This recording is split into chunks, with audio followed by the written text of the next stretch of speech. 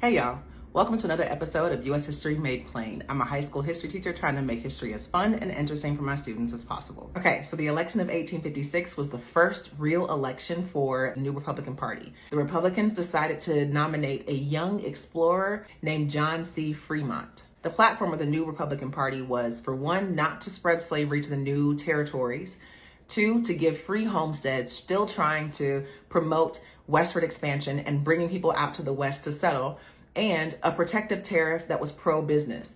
This was making it more expensive to buy things overseas in order to promote business and buying things domestically. So that would help those business owners that were in America to sell their stuff. So it was cheaper to buy it from America than it was to buy overseas. So the Republicans were the second largest party, but the Know Nothings were still stiff competition because they nominated Millard Fillmore, who was a former president, and he won 20% of the popular vote. The Democrats were still the party in charge, though, at this time. And so they nominated James Buchanan because James Buchanan was safer than Stephen Douglas and current President Pierce, because they both had ties to the Kansas-Nebraska Act, which was super controversial. And the Democrats wanted to stay in office, and so they didn't want anyone who had anything to do with these super controversial things, like the issue of slavery, like the Kansas-Nebraska Act, like the Fugitive Slave Law. So in the end, the Democrats did actually win. James Buchanan became the next president, but everyone was watching. They saw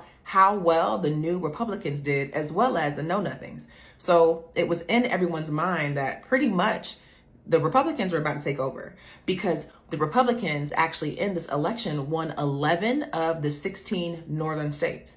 And so it was apparent that if the Republicans were able to win the other 5 states in the north, they wouldn't need a single state in the south, the electoral vote from the south, to win the election. And so that means they would need no Democrats. They would be able to take over on their own. This scared the Democrats because it let them know how super powerful the Republican Party was about to become.